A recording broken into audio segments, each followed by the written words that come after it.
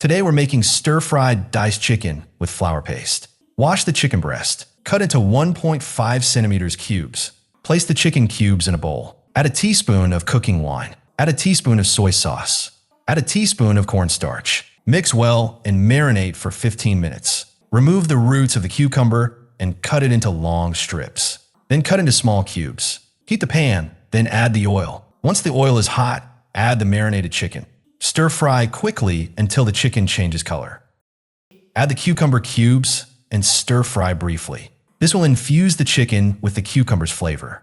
Remove from heat after 10 seconds. Leave a little oil, add the scallions, ginger, and garlic, and stir-fry until fragrant. Add some sweet bean sauce. Sweet bean sauce is the key to this dish. Adjust the amount to your taste. Once the aroma is released, add a little water. Add a little sugar. If you prefer less sweet, you can skip the sugar. Continue stirring to let the flavors blend. Return the chicken and cucumber to the pan. Add the fried peanuts. Stir everything together. Let the sauce coat the ingredients. Stir fry until the sauce is evenly distributed, then remove from heat.